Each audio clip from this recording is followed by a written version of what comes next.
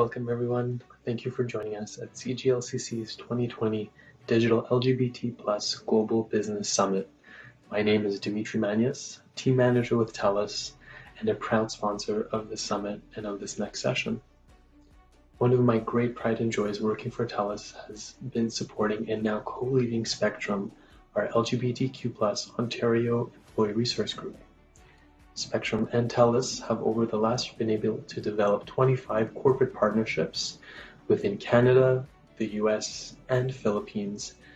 We focus on promoting internal change through company-wide educational series surrounding current LGBTQ+ issues, and together with our incredibly passionate membership, have volunteered over 33,000 hours and raised over $50,000 for LGBTQ+ nonprofit organizations. While COVID-19 has impacted our ability to connect during the Pride season, we are reminded of Pride Toronto's humble beginnings as a peaceful gathering of like minds and subsequently a protest against the police raiding queer establishments.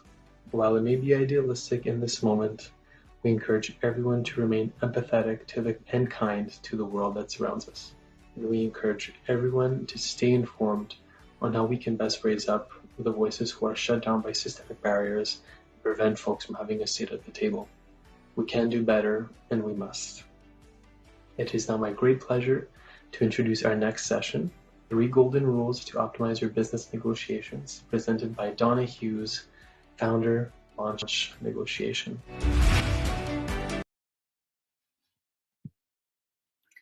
Good afternoon, everyone, and thank you so much for joining me here today for this afternoon's session, which is on 3 golden rules to optimize your business negotiations.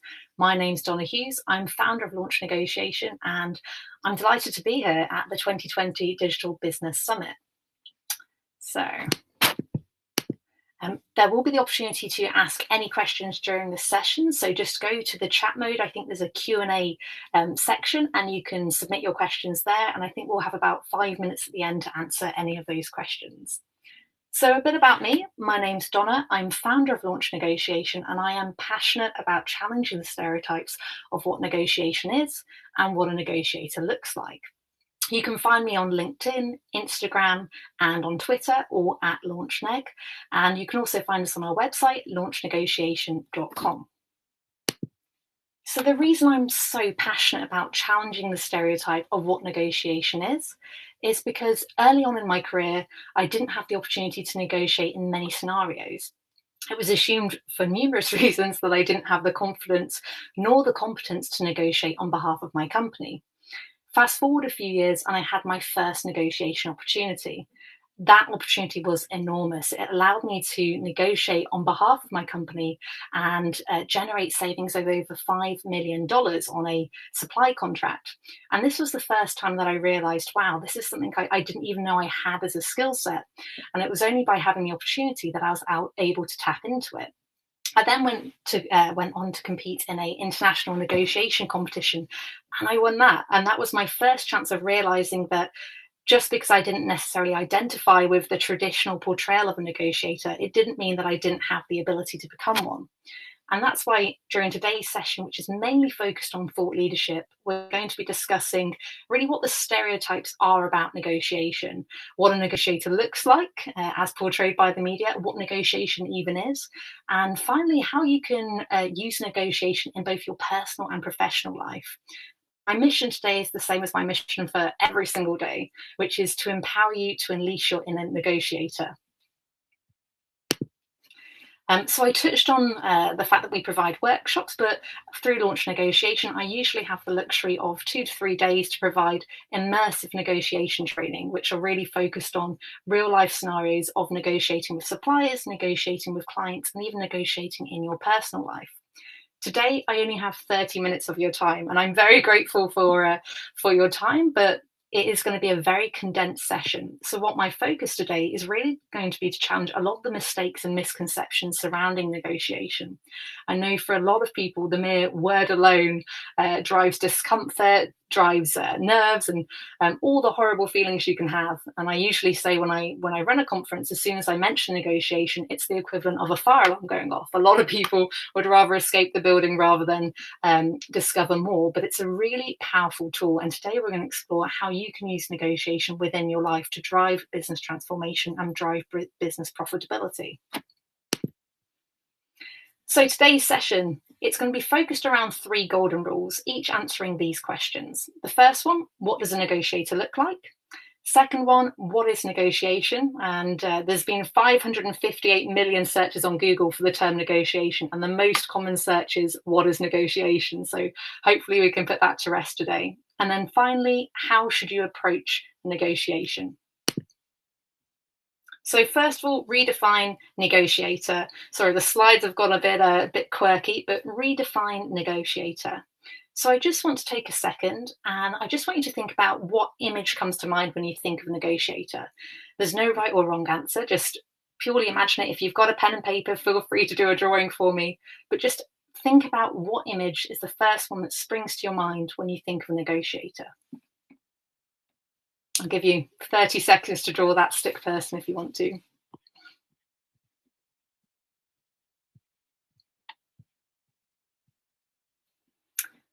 The next question I've got for you is, what do you see yourself as a negotiator? And we're just going to pull up a separate poll just in a second. I just want to see, at the moment, would you consider yourself a negotiator?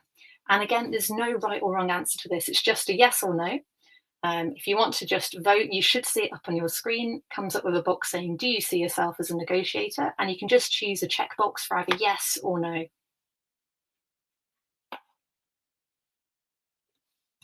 And I'm going to tick yes on this one.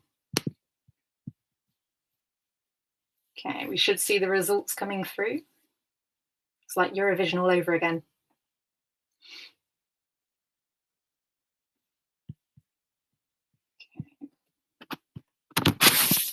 Just going to see the results.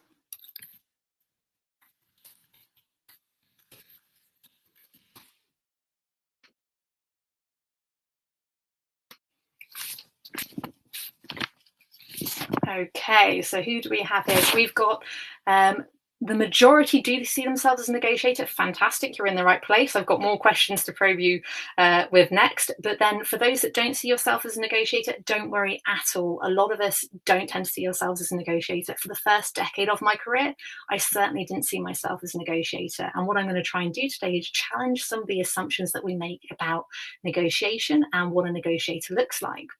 So we'll move on to the next slide.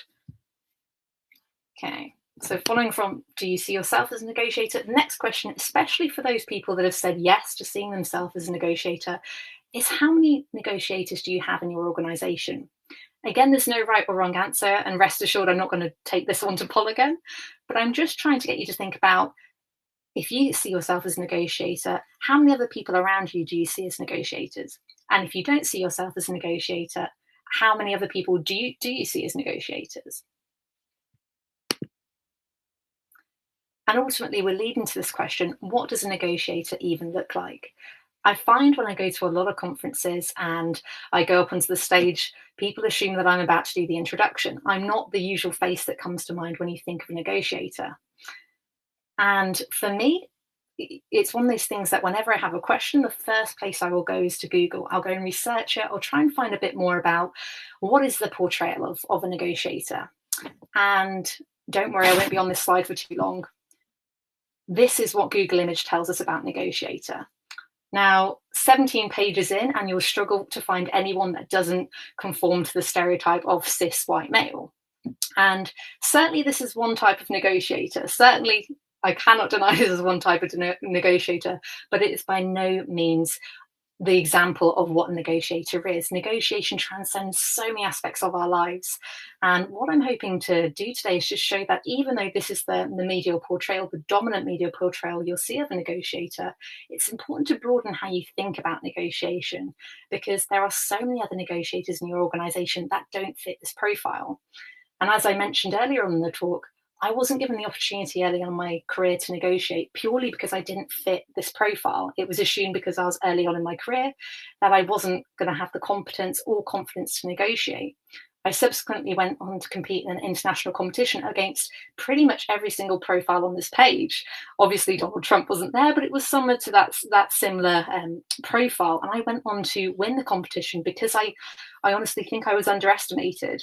And that's what I want to make sure today is that you walk away from this conversation not underestimating yourself or your workforce. Because at the end of the day, a negotiator can look like this. So I've recently launched a campaign called This is What a Negotiator Looks Like. And the mission behind this campaign is really simple. All I'm trying to do is raise the representation of groups that are underrepresented in so many other aspects of society. So I've got a snapshot on the screen at the moment at the latest 4 features that I've had. And these are people that have negotiated on a day-to-day basis. And these negotiations are anything from their personal life to their professional life, but they're examples of how they're embracing negotiation on a daily basis. By raising the representation and changing how we think about negotiation, you can start to see that you have negotiators all around you. For those people that voted yes, fantastic, you are a negotiator. For those that voted no, rest assured you are a negotiator as well. In fact, everyone is a negotiator. Now, this might sound like a very broad generalization, so bear with me on this. I've competed and I've negotiated time and time again, and the most skilled, fearless, and creative negotiator I've ever come across are children. They are phenomenal. And if you have children in your life, you'll be able to testify to this. Think about how often they negotiate, whether it's 1 less spoon of broccoli, 5 extra minutes before they have to go to bed, or an extra book to read just when you're about to nod off. Children negotiate all the time, and so do we. But as we grow older, we sometimes lose that confidence in our abilities. We lose the ability to recognize that a lot of the conversations we're having are negotiations. Now, why it's important to see that everyone around you is a negotiator, regardless of age, regardless of race, regardless of education or seniority, all of those elements, why it's important to see that they're all negotiators is because you have this tremendous potential in your organization that you can tap into. And we'll touch on this a bit later in the presentation. But my first golden rule today, and my challenge to you when I'm saying, what's the first image that comes to mind when you think of negotiator? To try and make sure that, first of all, you're the first image that comes to mind because you are a negotiator. And second of all, you should have an abundance of examples of people in your life, people in your organization, in your family and your friends network that are negotiators. So my first golden rule today is to tap into your organization's true potential. You need to reconsider what a negotiator looks like. Again, I mentioned at the beginning of this presentation, I didn't have the opportunity to negotiate early on in my career. Fast forward just a few years, and I had had no training in between that period with regards to negotiation. But having the opportunity to negotiate, I was able to feel empowered, and I took that responsibility, and I was able to generate considerable savings for my organization. And what I'm encouraging you to do today, regardless of your business size, is just to think about the opportunities to negotiate that you can present to members of your team. You have the power to not only negotiate yourself, but empower others to see themselves as negotiators. And by doing so is when you can truly tap into your organization's innate potential. So we're 13 minutes in, and I've told you you're all negotiators. But what is negotiation? I'm sure this is why the 558 million people have been Googling the term. So part of the reason why we don't see ourselves as negotiators is how we negotiate, how we define negotiation. For a lot of us, when we think of negotiation, the first thing that springs to mind is a business transaction or some type of financial transaction. And a lot of definitions that you'll find about negotiation are about formalized settings. But we've discussed it already. Negotiations can be nearly every conversation that we have. So just think about what negotiation is. How do you define it? And again, you can feel free to put this in the chat. You can feel free to write it on a piece of paper. Just think about what negotiation is. How would you define it? Because what I often find when I run my sessions, it's the definition of negotiation that means we don't identify ourselves as negotiators. We don't recognize all the opportunities that we have to negotiate in our life because we're confined by how we perceive negotiation. And you can see from that Google image search, it's no wonder that we have that perception, because these are the portrayals we're being fed time and time again about the media. It's suited cis white men. It's a very challenging identity to relate to for many people. So the way I like to define negotiation in my own terms is it's simply a conversation aimed at reaching an agreement. Negotiation is a conversation aimed at reaching an agreement. Now, think about on a day-to-day basis, how many of your conversations can constitute that? There are hundreds, there really are. Each and every day we are negotiating. And don't get me wrong, some of these negotiations or conversations are very low in terms of the stakes. It could be what you're going to have for dinner. It could be who's going to do the washing. Seemingly very low stakes. But the reason it's important to recognize these daily interactions as negotiations is because for a lot of people, negotiation is a really daunting prospect.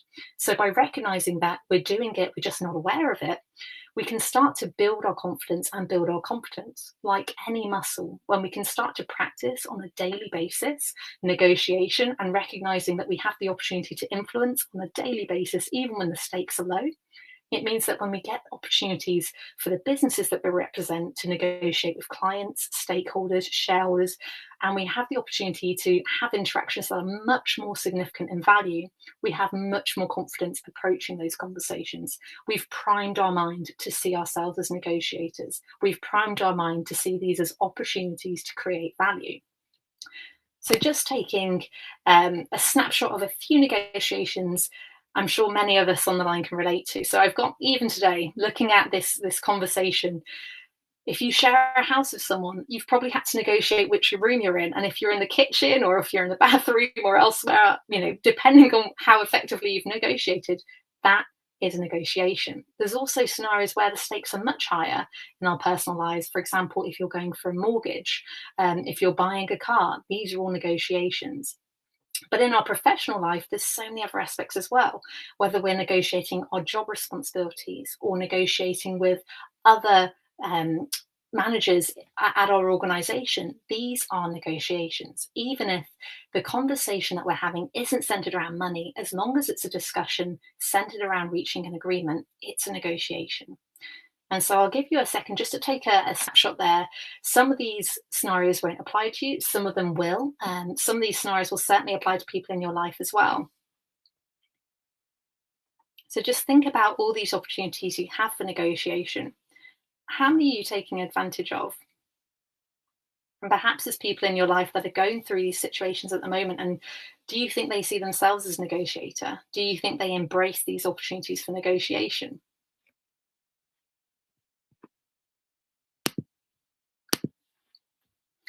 So we don't have a huge amount of time today, but I just want to touch on negotiation styles. So I've mentioned that negotiation, it's simply discussion aimed at reaching an agreement.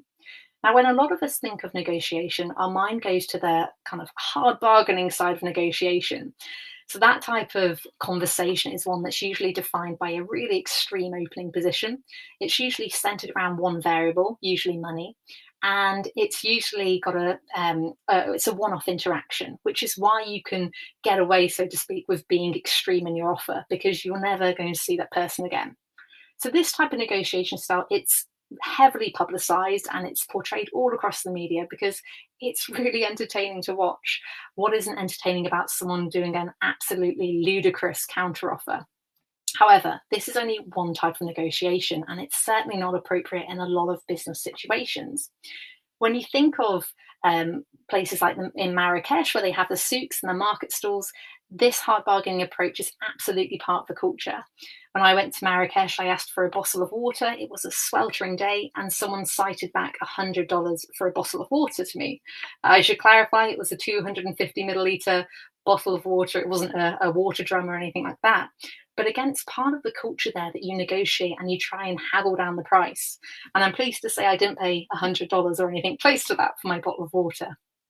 But when I'm talking about negotiations, particularly in your business setting, I want you to focus on the left-hand side of the spectrum. And these are far less publicized as negotiations go. These are our sustainable negotiations. This is where you're looking not just to take from the other organisation, but to build and nurture a sustainable relationship that's going to generate value for both organisations. So these types of negotiations are defined by collaboration, innovation, and open communication. The reason these aren't publicised half as much in the media is because they're generally much longer and on face value far less entertaining to document, because it's sometimes these negotiations can take weeks, months, or years. But these are negotiations we should be striving for with our suppliers, because ultimately these are the negotiations that are going to generate sustainable long-term value. If I can just do a quick example you might have heard of before in terms of win-win negotiations and beyond win-win. An example for win-win negotiation would be if I had an orange and I needed to share it with you. And if we didn't reach an agreement on how we were going to share this orange, then ultimately neither of us would get the orange. So the win-win outcome in that scenario would be we split the orange down the middle, you take half and I take half.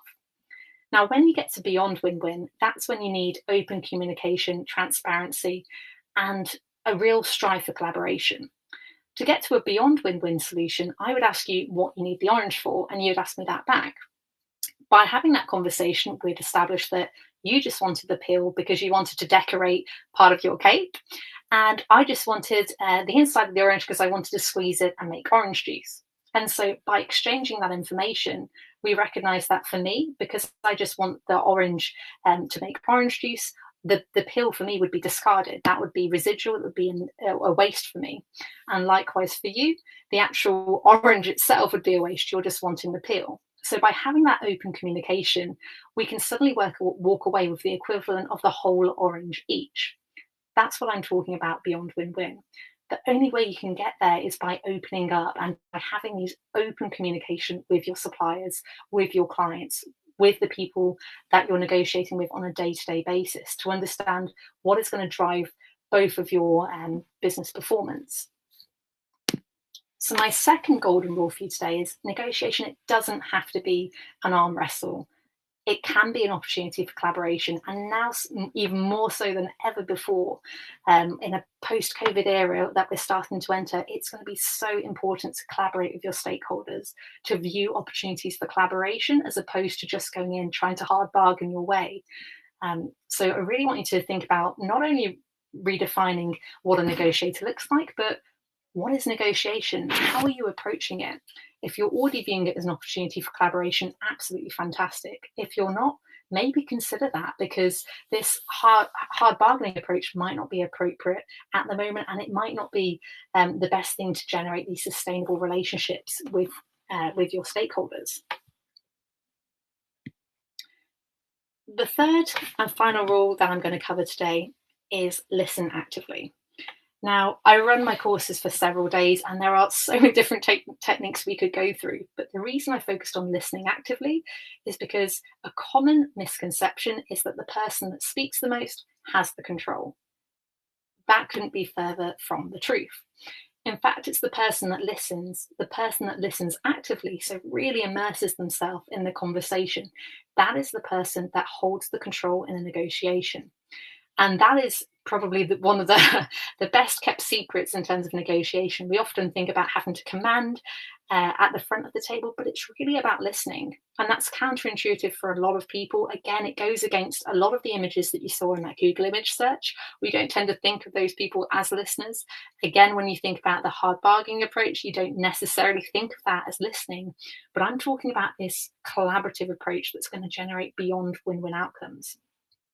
At the end of the day, regardless of how big your company is and how big your stakeholders are, it's just you and another person the other side of the table, or you and several other people the other side of the table. People negotiate with people. A negotiation, it's just a conversation aimed at reaching an agreement. And the best way to have conversations with people is to actively listen, to immerse yourself in the conversation and really take the time to understand their mindset.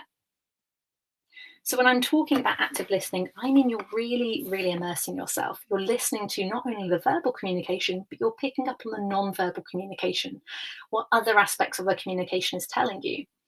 You're leveraging open communication and open questions. You're not waiting whilst they're talking to predict your next question you're going to ask them. Instead, you're asking them well thought through open questions, and you're really listening to what they're saying, to what their priorities are. And I think something that's certainly been raised to our attention in recent weeks is the importance of empathy. Empathy isn't about purely being in the same situation as someone and understanding it. Instead, it's taking the time to try to picture yourself in their shoes. And empathy is so important, especially at the moment when there's such volatility in the world. It's so important to take the time to actually ask the questions, listen to the answers, and demonstrate that empathy. Demonstrate that you understand some of the challenges that they're facing, or that you're at least trying to understand some of the barriers that people face. The reason as well by negotiations it's so important to actively listen is because negotiations are multi-dimensional. Now, I mentioned when we talked through the spectrum, the right-hand side was very much focused on kind of one-dimensional negotiations. You're just thinking about the price, you're just heading for that price. The left-hand side, it's about all other variables of the negotiation. And a lot of scenarios, on face value, we just think there's one thing to negotiate. We often focus on price. But the reality of the situation is there's so many other variables for you to discover. And that's again why I'm challenging you when you think about a negotiator, think of all members of your organization as having that capability, because the diversity that you can introduce in their perspectives means that you're going to be able to identify more variables that you can discuss with your stakeholders. So I've got a scenario that I'd like to bring up just before the end of this session, which illustrates the importance of active listening. So I worked with an organisation where they were doing a supply contract. They were hoping to procure raw materials, and they introduced a tender process. And a number of suppliers wrote back.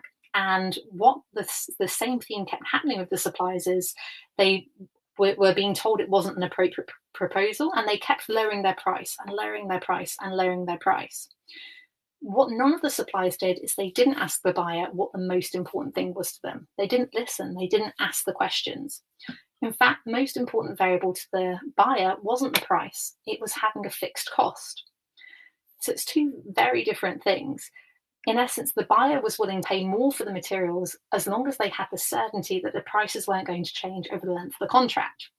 And so what you saw was the suppliers lowering and lowering and lowering their proposals when it wasn't the price that was the issue at all. It was the fact that it wasn't a fixed cost. And in the end, the buyer awarded the contract to a supplier that offered it at a much higher premium to many of the other suppliers, but they were willing to sit on the fixed cost. They were willing to offset that risk, which was so important for the buyer. And so in this conversation, what I'm trying to say is even in something that seems fairly transparent, where you might think, well, of course, the buyer's going to want it for the lowest cost. That's something that they're going to want, but it might not be their priority in negotiation. And by making that assumption and not having that open communication with them, you could be potentially forfeiting considerable value for your organization. So the question I'm going to pose is, when you think of a supply contract, so any type of supply contract, service or goods supply, what type of variables could be negotiated? Now, there should be a box that's come up, so feel free to type in any type of suggestions you have for what type of variables can be negotiated in a supply contract.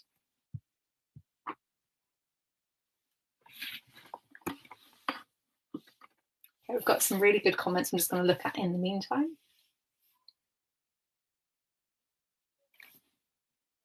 Yeah, it's a great comment from Susan, who's mentioned the opportunity to negotiate occurs whenever someone makes a request of another person. You don't have to negotiate every time. Absolutely. We didn't have time to go into BATNAs today, but certainly there's some occasions where it's going to be more appropriate to walk away from the deal on the table than to accept it. And we've also got the question, how to handle negotiation when you don't want to lose the deal, but you don't want to ask for too much, or when you feel you're taken advantage of, but you don't want to lose the deal. That is a fantastic question. I will take that one offline if you ever sent that one to me, because I'd want to ask a few follow-up questions, but that is a really great question. Okay, we're just going to go back to the slides now to explore what type of variables aside from price. Now, the list that's about to come up, it's by no means exhaustive, but it just gives an example of how negotiations are multidimensional. So even in something that seems fairly basic, like a supply contract, here's 30 variables straight away that can be considered. Now, not all of them might be applicable, but equally, this list isn't exhaustive. There's going to be plenty more variables that you could explore within the contract. And the beauty is when you explore multi-dimensional negotiations is when you start to marry up something that's of very high importance to one organization and of very low importance to your organization. That is when you can start to generate true value. So, for example, if one organization was very cash rich, very liquid, then they might want to explore early payment terms, early payment discount. That would be potentially really beneficial if the other organization, the supplier, was ultimately in a position where they were cash short, where they needed the money. So that's just a really basic elementary example. But again, it's something that might not necessarily spring to the front of your mind when you're thinking about these negotiations. And we've got all sorts here. We've got, exclusivity of supply, jurisdiction, communication of notices if there's a breach of contract, how that's going to be explored. I'm not suggesting by any means that you go into every negotiation with this list, but what I am suggesting is there's probably more variables than first meet your eye. And by having a conversation with your team and getting their perspective, what other things could be important to your organization and what other things could be important to the other stakeholders, that's when you can start to identify a whole host of different variables. And through going into the conversation with open communication and open questions, you can start to validate which ones of these are important to your suppliers, to your customers, and you can start to build a proposal that works for both of you, that optimizes the outcomes. So my third and final rule today is the importance of leveraging open communication and active listening to understand the other party's mindset. Many of us are very aware of the importance of preparation, and we do a lot of time preparing our own mindset, what's important to us, what our objectives are, what we're trying to achieve from the negotiation. But it's important that you take the time to ask the other party these similar questions so you can understand what their priorities are and how you can best support them and achieve a solution that works for both of your businesses. So this has been a real fast race through this subject, but my 3 golden rules, 3 amongst many, many more, my 3 golden rules are, first of all, redefine what a negotiator looks like. There's not ever just one type of negotiator. We all are negotiators. It's just we don't necessarily see ourselves as such. The second one is to redefine negotiation. Susan's put a great comment on there. Again, it's the opportunity to negotiate occurs whenever someone makes a request of another person. Couldn't agree more. It's whenever it's a discussion aimed at reaching an agreement, when you're requesting something. And third and finally, listen actively. The importance of active listening. And by listening, I'm not talking about hearing. I'm talking about really immersing yourself in the conversation, really taking the time to understand what is important to the other party and being able to shape your proposal accordingly. And I think we're just running out of time, so I'm just going to wrap up by saying thank you so much for joining today's Pride session. Today's session, happy Pride, and please do stay in touch. I'm available on Twitter, on Instagram, and on LinkedIn, and also on my website, launchnegotiation.com. My name's been Donna Hughes. I'm founder of Launch Negotiation, and it's been an honour to connect with you today. Thank you very much.